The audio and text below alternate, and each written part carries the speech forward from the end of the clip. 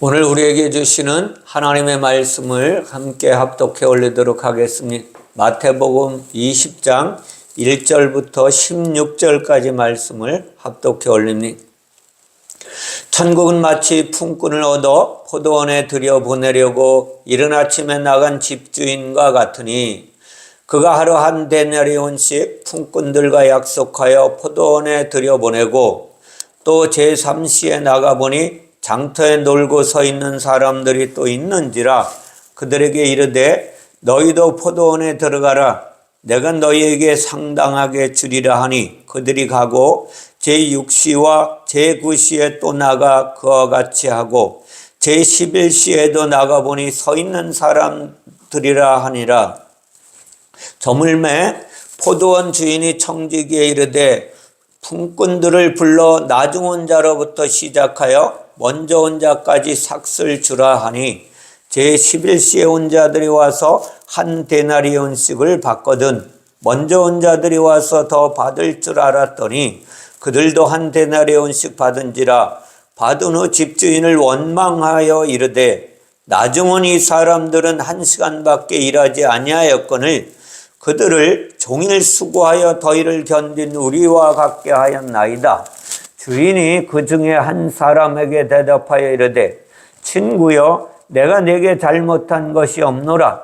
내가 나와 한 데나리온의 약속을 하지 아니하였느냐.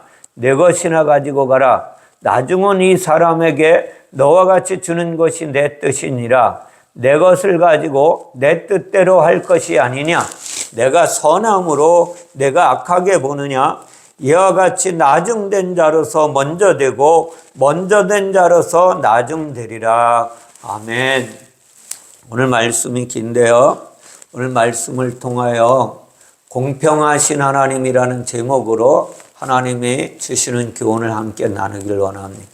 오늘 말씀은 천국에 대한 이야기니까 구원에 관한 것이라는 것을 오늘 말씀을 보면 누구나 다 알게 되어 있습니다. 포도원에 일찍 온 사람이나 늦게 온 사람 모두에게 동일하게 하나님은 구원을 주시는 하나님의 은혜에 관한 이야기라는 것을 교회에 나온 지 몇 년만 되면 다 들어 알게 되어 있습니다. 오늘 말씀을 보면 적어도 포도원에 일꾼을 고용하는 이야기나 고용한 일꾼에게 급여를 어떻게 줄 것인가에 대한 이야기가 아닌 것은 공통적으로 다 인지하고 살아가고 있어요. 그럼에도 막연하게나마 무엇인가 불공평하다는 느낌을 지울 수는 없습니다.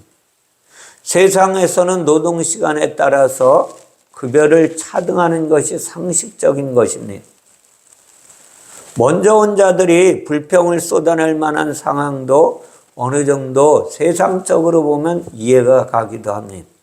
따라서 오늘 이야기는 정확하게 이해하기 위해서는 오늘 말씀을 통하여 핵심의 단어들이 무엇을 가르쳐주고 있는지를 알아야만 됩니다. 그래야 이해되고 이해가 되지 않는 이야기가 실체로 드러나게 되는 거예요. 오늘 포도원이라고 말씀하셨어요.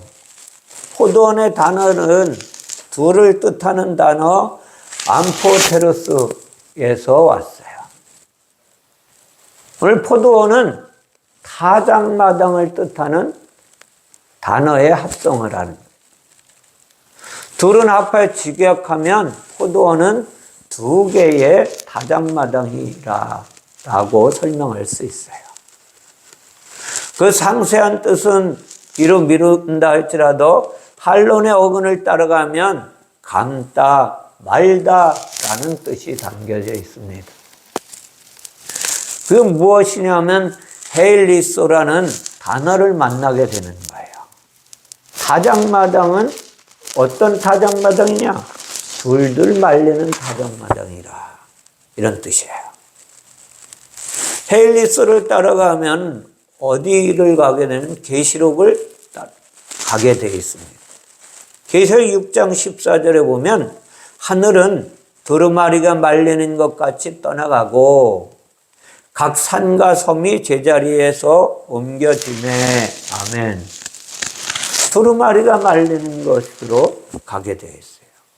하늘이 두루마리처럼 말리고 있으니, 두루마리를 다시 번역하면 비블리온이라는 뜻인데, 이것을 해석하면 무엇이냐? 성경을 이야기하는 거예요. 두루마리 성경. 유대인들이 고대에 만들었던 성경은 양피지에 하나님의 말씀을 쓰고 둘둘 말아서 보관하는 형태로 가지고 있었어요. 오늘날과 같이 책의 형태가 아니라 두 개의 타작마당은 둘둘 많은 두루마리에 있습니다. 이것은 다시 말하면 성경을 가르쳐주고 있다는 거예요. 근데 왜 두 개입니까? 두루마리 성경 양쪽에 두 개의 막대기를 걸어놓기 때문에 양피지를 둘둘 말 수 있게 되어 있기 때문에 이러한 이야기가 나오는 거예요. 이러한 그림의 본래 의미가 무엇이냐? 포도나무의 모습을 묘사한 것이라고 이야기하고 있습니다. 포도나무의 잎이 넓적해서 다장마당처럼 보이기도 합니다. 또한 포도나무에는 넝클손이라는 것이 있어서, 넝클손이 무엇이냐? 다른 나무 줄기를 둘둘 말아 지탱하는 힘을 얻게 되어 있어요. 성경은 이런 포도나무를 통해 무엇을 설명하려면 진리의 말씀을 설명하시는 거예요. 그 진리의 실체는 성경을 가리키고 있는 것입니다. 성경은, 다시 말하면 성경 전체 내용을 들어보면 수수하는 다장마당 이야기를 하고 있는 거예요. 죄인 속에 있는 알곡과 가라지를 분리하는 다장마당이에요. 성경에는 두 개의 다장마당이 있는데, 하나는 구약이 있고 하나는 신약이 있습니다. 구약의 말씀을 보면 출애굽기 32장 15절에 보면 모세가 돌이켜 산에서 내려오는데 두 증거판이 그의 손에 있고 그 판의 양면 이쪽 저쪽에 글자가 있으니. 아멘. 하나님의 말씀은 이쪽과 저쪽 양면에 있다는 거예요. 여기서 말하는 이쪽과 저쪽은 무엇을 가리키는지 아세요? 이쪽과 저쪽. 다시 말하면 영과 육을 말씀하고 있는 거예요. 하나님의 말씀은 영의 말씀인데 세상의 언어와 이야기로 기록되어 있는 게 성경이에요. 그러니까 이쪽과 저쪽이라는. 우리가 볼 적엔 문자적으로는 이쪽이 글로 되어 있어요. 이쪽 이야기로 되어 있어요. 그러나 이쪽 이야기가 아니라 저쪽 이야기라는 거예요. 다시 말하면 영의 이야기라는 것입니다. 이사야 34장 14절에 보면 너희는 여호와의 책에서 찾아 읽어보라 라고 말씀하고 있어요. 이것들 가운데서 빠진 것이 하나도 없고 죄짝이 없는 것이 없으리니 이는 여호와의 입이 이를 명령하셨고 그의 영이 이것들을 모으셨습니다. 아멘. 무엇이 모았다? 영이 이것들을 모았다. 하나님의 책인 성경은 짝이 있다는 거예요. 그 짝의 첫 번째 의미가 구약과 신약이에요. 오늘 우리는 신약의 말씀을 보고 있습니다. 신약의 말씀이 어디에 이야기를 설명해 주느냐 하면 구약의 이야기를 예수님이 설명해 주시는 거예요. 두 번째 의미는 그림자와 실상을 이야기해 주는 거예요. 구약의 그림자이고 신약의 말씀은 실상이라는 것입니다. 세 번째 의미는 앞에서 말한 것과 같이 영과 육을 뜻하는 것입니다. 성경은 영이신 하나님께서 육체가 된 사람을 구원하는 이야기예요. 그래서 영이신 하나님에게도 육체의 사람에게도 동시에 알아야 하는 이야기라는 거예요. 그리고 동시에 적용되는 말씀입니다. 그러므로 포도원은, 오늘 이야기하는 포도원은 하나님의 말씀이고 성경의 이야기라는, 이 포도원을 가장 잘 묘사한 그림이 무엇이냐? 성막입니다. 구약의 성막을 포도원으로 설명하고 계시는 거예요. 성막에는 포도원처럼 울타리가 쳐져 있습니다. 성막 안에는 두 개의 가장마당이 있어요. 정소와 지성소가 바로 그것입니다. 하나님은 성막을 통해 죄인을 어떻게 속죄하고 하나님 나라인 지성소에까지 인도하기를 원하시는 분이세요. 포도원에 쓸 일꾼을 구하는 이야기는 천국에 들여보낼 구원받은 자를 찾는 이야기예요. 하나님이 구원받을 자들을 찾아내는 이야기입니다. 그런데 오늘 통꾼이라고 성경은 이야기하고 있어요. 통꾼이라는 언어가 엘가테스라는 말인데, 통꾼은 일을 하는 사람, 즉 노동을 하는 자를 말합니다. 노동자는 무엇이 필요해요? 일거리가 필요한 거예요. 그래야 일을 하고 그 대가로 임금을 받아서 생활할 수 있는 것입니다. 통꾼의 엘가테스는 일이나 고용, 수고 등을 뜻하는 단어에서 왔어요. 어디에서? 엘곤이라는 단어에서 그 뜻이 왔습니다. 엘곤은 수고하여 일하는 것을 가르쳐주고 있어요. 수고하고 일하는.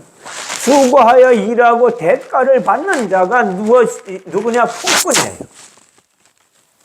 다만 이번 이야기는 품꾼은 일이 없는, 그래서 놀고 있는 노동자를 가르쳐주고 있어요. 일이 없어서 놀고 있으니 먹고 살 길이 막막하잖아요. 이것이 우리 인생을 말하는 것입니다. 우리의 인생은 늘 수고하지만 죄의 값을 지불할 수 없는 능력이 없어서 영생으로 갈 수가 없는 거예요. 영생의 삶을 살 존재가 아무도 없다는 거예요. 오늘 예수께서 말씀하신 바, 수고하고 무거운 짐은 졌지만 품삯이 넉넉하지 않아 안식의 나라에 들어갈 수가 없는 거예요. 다시 말해 샬롬을 누릴 수가 없다는 것입니다. 오늘 집주인이라는 단어가 나옵니다. 집주인은 세 개 단어가 합쳐져서 만들어진 단어예요. 오이코스는 집이라는 뜻이고, 데오는 묶는다라는 뜻입니다. 그리고 포시스라는 뜻이 있는데 그것은 남편이라는 뜻이에요. 그럼 집주인은 뭐예요? 집을 묶는 남편이다 라는 뜻이에요. 의역된 뜻은 집을 통치하는 자이므로 집주인이라고 부를 수 있어요. 그죠? 그냥 집주인은 한 집을 통치하는 존재로구나, 이렇게만 볼 수 있습니다. 각각의 뜻을 따라 해석은 했지만 그 의미는 이해하기 어려운 거예요. 집을 묶는 것은 무엇이며 집을 통치한다는 것은 무엇입니까? 집은 사람이 살고 있는 건물을 뜻하는 거잖아요. 사람은 영입니다. 영이 살고 있는 건물이 집이에요. 집은 사람이 살고 있는 건물인데, 그래서 집은 무엇을 뜻하느냐? 육체를 가리키는 거예요. 육체의 주인이라는 뜻입니다. 그리고 또 하나의 집이 더 있습니다. 우리가 살고 있는 물질 세상의 집을 이야기합니다. 육체가 한 사람을 위한 집이라면 세상에 여러 사람이 살고 있는 공동 건물에 해당되는 게 또 집이에요. 여러 사람이 살고 있는. 하나님은 물질 세상에 통치하시는 하나님이십니다. 물론 영계도 통치하십니다. 하나님께서 건물을 통치하신다고 할 때에 사실은 그 건물의 입주에 살고 있는 사람의 영을 통치하시기를 원하십니다. 이것을 가르치는 거예요. 세상에 있는 건물을 짓고 관리하는 자들이 많습니다만 그들이 통치하는 것은 건물을 위한 것이 아니라 그 건물에 사는 사람을 위해서 관리하고 있잖아요. 집주인이신 하나님이 집을 통치하신다고 할 때 우리의 육체나 물질 세상을 통치하는 것은 아니에요. 그 속에 살고 있는 영을 통치하시는 하나님이십니다. 하나님은 영이시기 때문에 우리 안에 있는 영을 통치하시기 원하시는, 그래서 사람도 영을 통치하시는 거예요. 육체에 관여하지 않습니다. 집을 묶는 남편이 집주인이라고 할 때 하나님은 누구예요? 남편이라는 거예요. 남편. 남편이 있으면 아내도 있어야 하잖아요. 남편은 남자이고 아들을 뜻하는 것입니다. 아내는 여자이고 딸입니다. 여자와 딸은 성경에서 무엇을 가리킨다고 그랬어요? 여자와 딸은 성경에서 씨 없는 존재를 이야기한다는, 진리로 세워지지 않은 영을 여자와 딸로 표현하는 거예요. 씨가 없어서 남편에게 씨를 받아야 합니다. 그래야 진리의 아들을 출산할 수 있는 존재로 살아갈 수 있기 때문입니다. 남편이 집을 묶는다는 것은 육신이 된 사람을 구속한다는 뜻입니다. 집은 건물이라고 했어요. 영이 아니라 육체가 건물입니다. 사람의 본질은 영인데 타락해서 육체인 건물이 되어서 이 땅에 살아가고 있는 존재예요. 이제 육체를 살아가는 사람을 영으로 만들어서 통치하겠다고 하나님이 집주인이 되어 이 땅에 오신 거예요. 세상에서 놀고 있는 사람을 불러 포도원에 들여보내는 이유가 무엇입니까? 집주인인 물질 세상에서 빈둥거리는 본향을 깨닫지 못하고 더 나은 본향에 가려고 하지 않는 존재들을 불러서 하나님의 나라인 포도원에 들여보내려고 오신 예수 그리스도를 가리키는 것입니다. 오늘 장터에 나가셨다고 말한 다른 말로 시장입니다. 시장에서는 각종 물건을 파고 사는 곳입니다. 거래가 이루어지는 곳이 시장입니다. 그리고 장터입니다. 이 단어는 모으다는 뜻의 에게이로에서 왔는데, 에게이로는 시장에서 필요한 물건들을 사 모으는 곳이에요. 이 단어를 구약 성경 에스겔에서 다음과 같이 풀어주고 있습니다. 에스겔 37장 6절에 보면 너희 이에 힘줄을 두고 살을 입히고 가죽으로 덮고 너희 속에 생기를 넣으리니 너희가 살아나리라. 또 내가 여호와인 줄 너희가 알리라 하셨다라. 아멘. 그러니까 장터라는 단어 안에 우리가 말하는 세상의 시장을 이야기하는 것이 아니라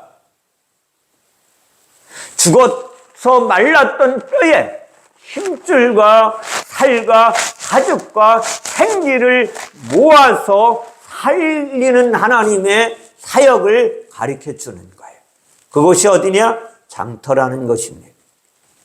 죽었던 장기들이 모여서 살아난 것이 마치 시장에서 이것저것 필요한 것을 모아서 사는 것과 같아서 장터로 오늘 주님은 묘사하고 있는 거예요. 성경의 장터는 물건이 아니라 사람을 구속하는 곳이라는 것을 가르쳐주고 있는 거예요. 허물과 죄로 죽었던 사람에게 하나님의 영이 임해서 기능들을 모아 살아나게 하시는 하나님의 장소예요. 부활이 일어나는 곳이 어디냐? 장터라는 거예요. 새 생명을 살리는 곳이 어디냐? 장터입니다. 그러니까 장터는 죽은 자들이 여기저기 널브러져 있는 곳이에요. 그들을 구속해야만 새 생명으로 부활하기 때문에 주님은 장터에 사람을 보내신 거예요. 무엇을 하시려고요? 구원시키려고. 장터에서 놀고 있다고 말하잖아요. 놀고 있다라는 뜻이 무엇입니까?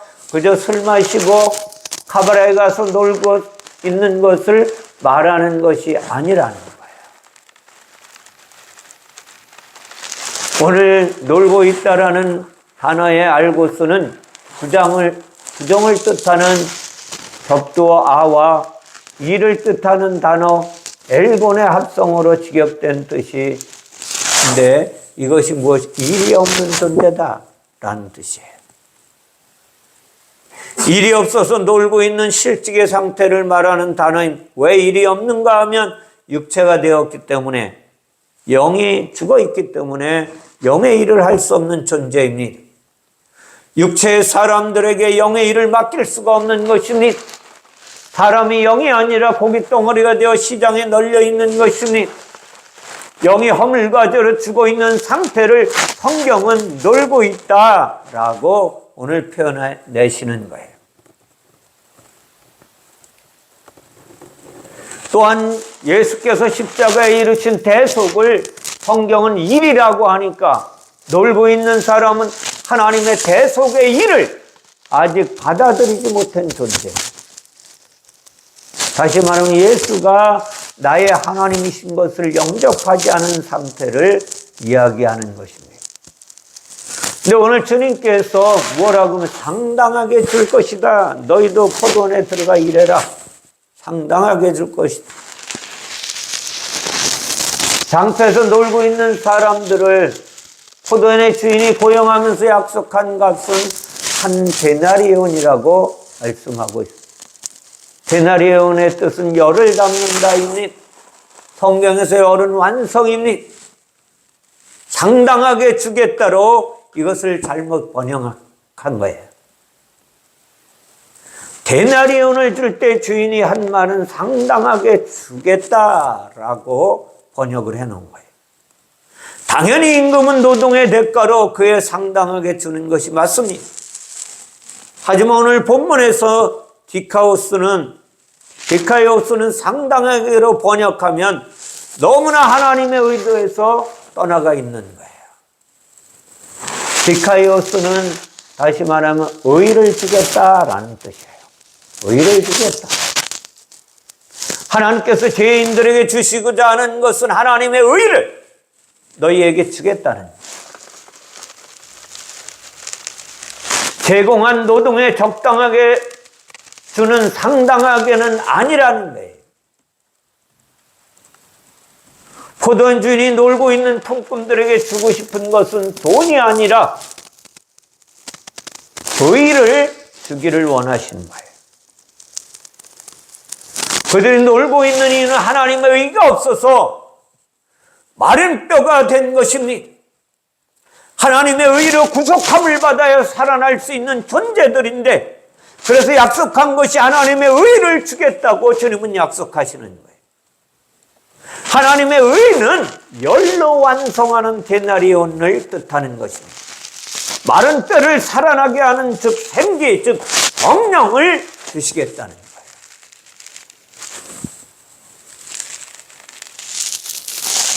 오늘 수고와 더이라는 단어가 오늘 나옵니다.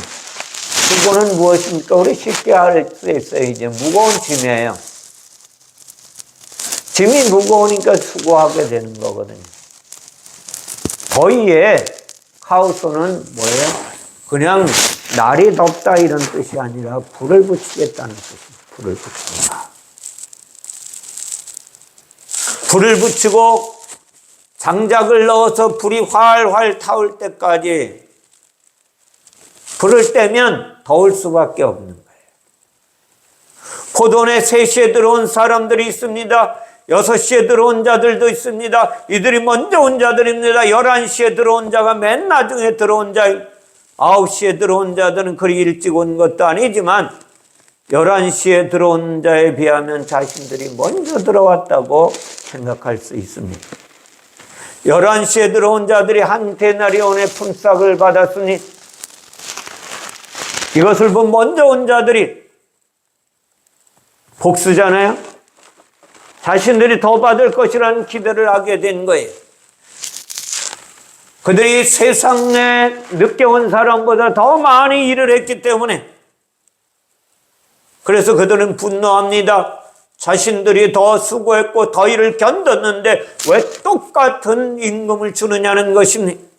주인을 원망하고 불평합니다. 동일 노동, 동일 임금이 공평한 처사입니다.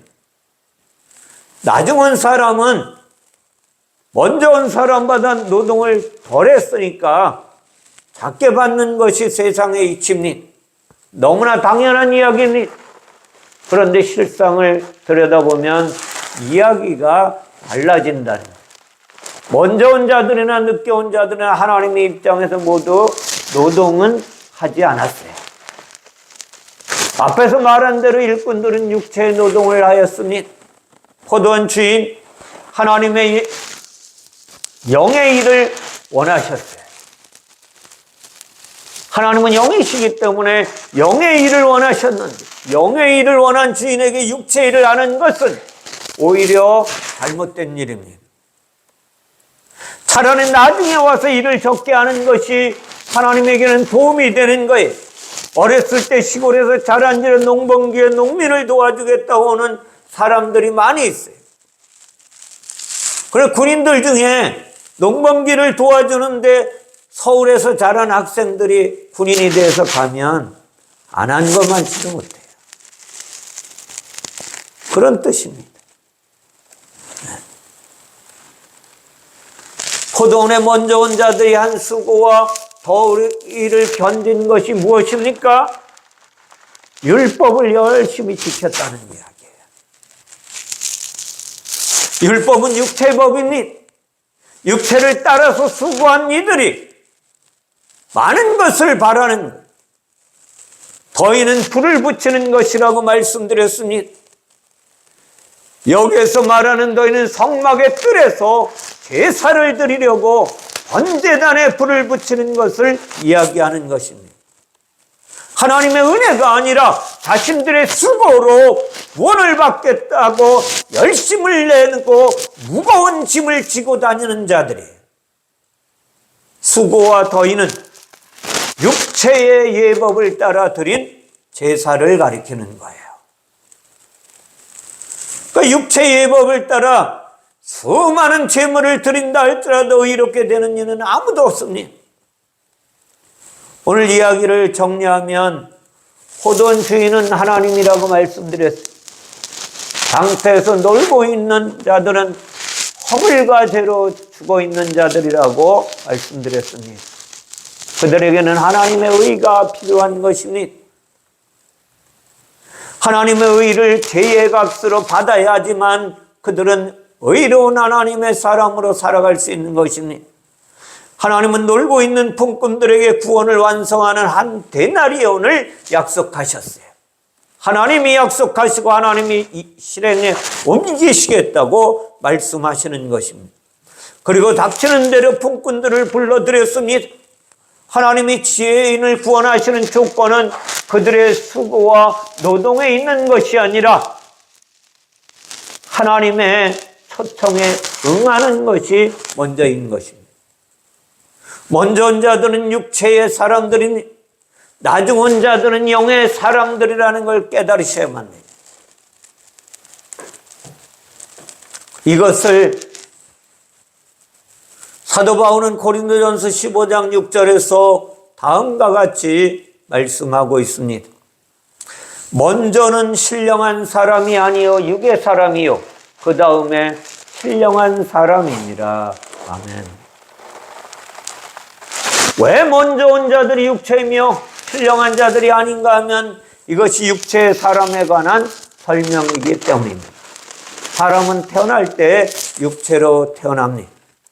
영인 사람이 왜 육체로 태어나게 되었습니까? 하나님이 처음이고 시작이고 먼저입니다. 먼저인 하나님께 범죄함으로 영계에서 물들기로 쫓겨난 존재가 바로 저와 여러분이에요. 영에게 육체가 입혀졌습니다. 그 일을 하신 분이 집주인이신 하나님이 하셨습니다. 영계 육체의 집을 입히고, 영에게 육체의 집을 입히고 통치하시는 분이 하나님이십니다. 육체의 집에 살고 있는 죄인들을 불러서 오늘 하나님의 포도원으로 초청하시는 분이 하나님이십니다. 사람은 육이 먼저 왔고 회개하여 영이 된 사람은 나중에 온다는 거예요. 먼저는 육이고 나중은 육이라는 거예요. 아니, 그런 말씀이 어디에 있는데 그렇게 말씀하시는 거예요? 그렇게 말씀할 수 있어요.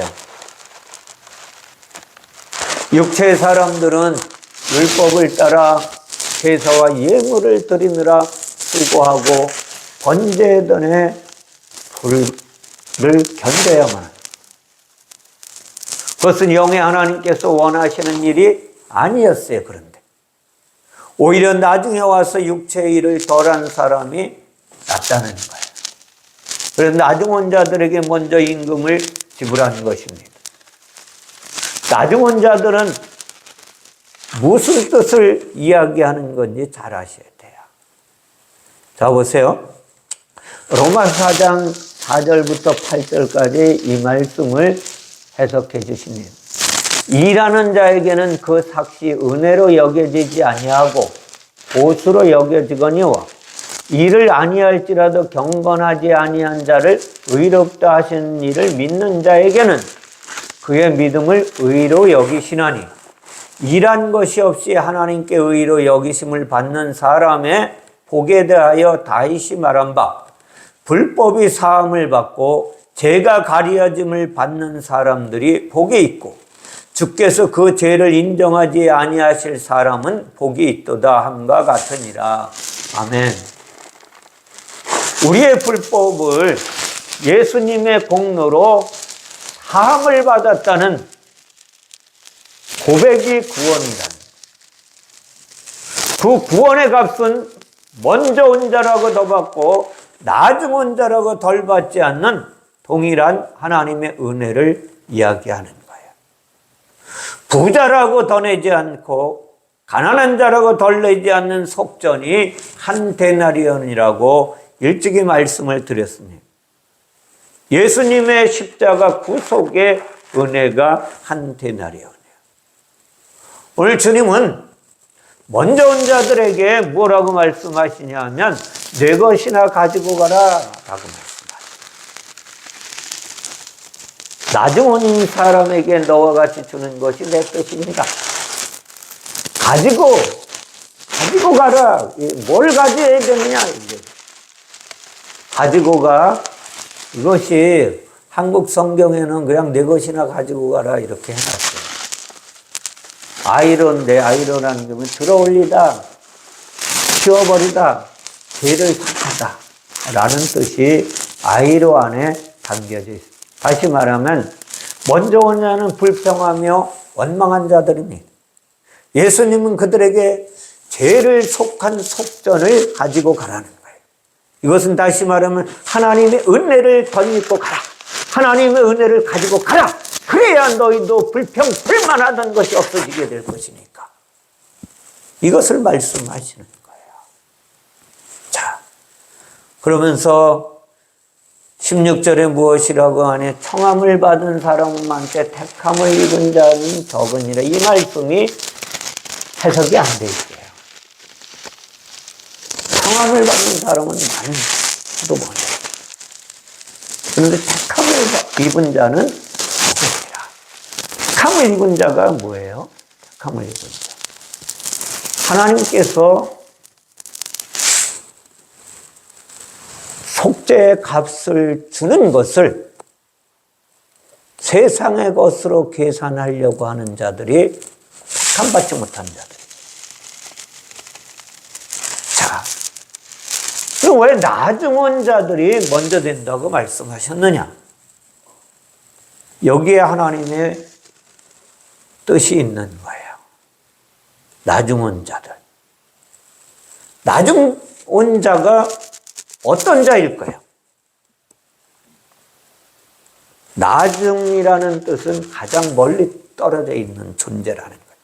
어디로부터? 하나님으로부터 가장 멀리 떨어져 있는 존재. 자, 마지막에 있다는 거예요. 마지막까지 갔다는 거예요. 다시 말하면. 이것을 성경은 뭐라고 말씀하냐면 마지막 날에 성령으로 그들에게 입혀준다고 말씀하시는 거예요. 거기에서 사도행전. 요엘서에서 예언했던 말씀입니다.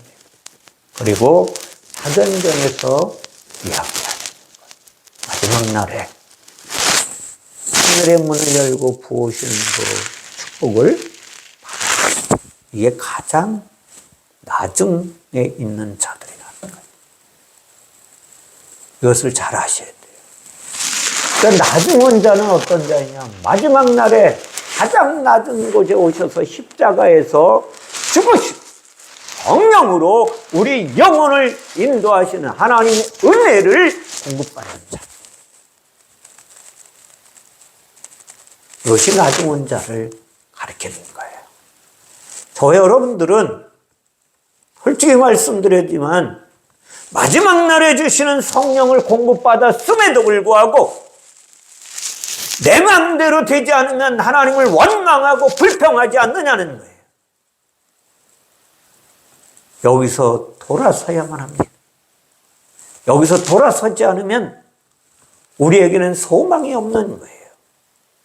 성령을 받았음에도 불구하고 성령의 이끌림 받지 않고 내 생각대로 내 뜻대로 되지 않으면 하나님을 원망하고 불평하며 살지 않느냐는 거예요.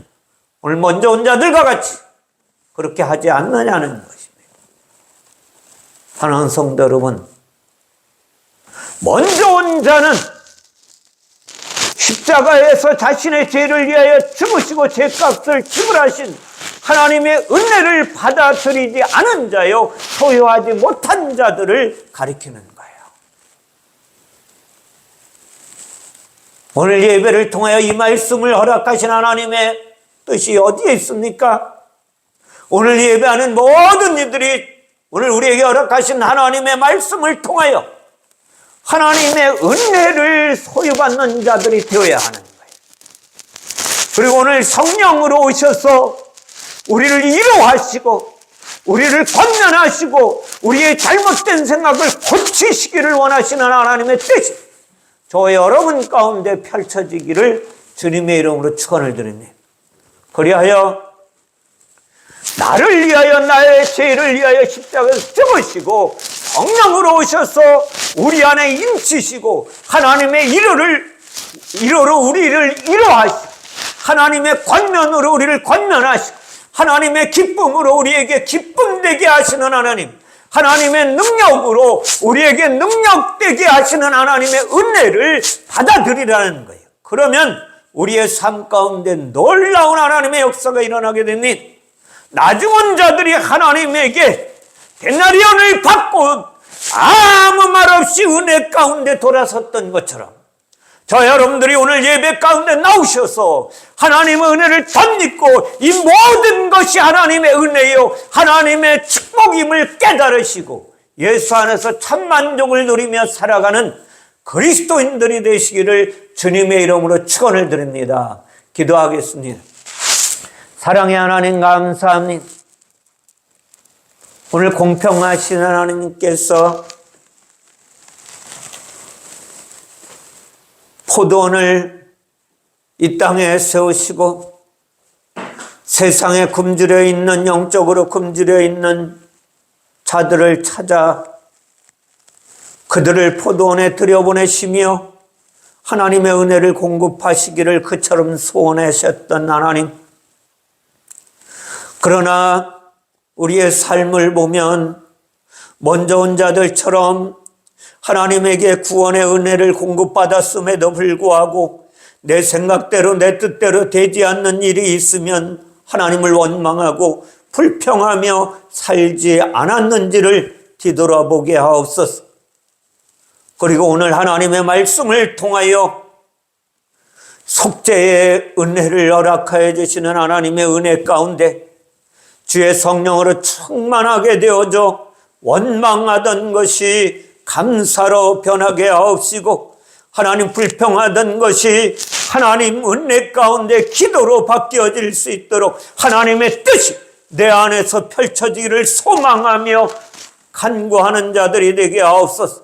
그리하여 우리의 심령 가운데, 우리의 영혼 가운데 주의 성령으로 충만하게 임하셔서 우리를 통치하시고 다스리시고 선한 길로 인도하셔서 그리스도인으로 이 땅에 빛과 소금의 역할을 감당해내는 삶을 살아낼 수 있도록 축복하여 주시기를 원하오며 거룩하신 예수 그리스도의 이름으로 기도하옵나이다. 아멘.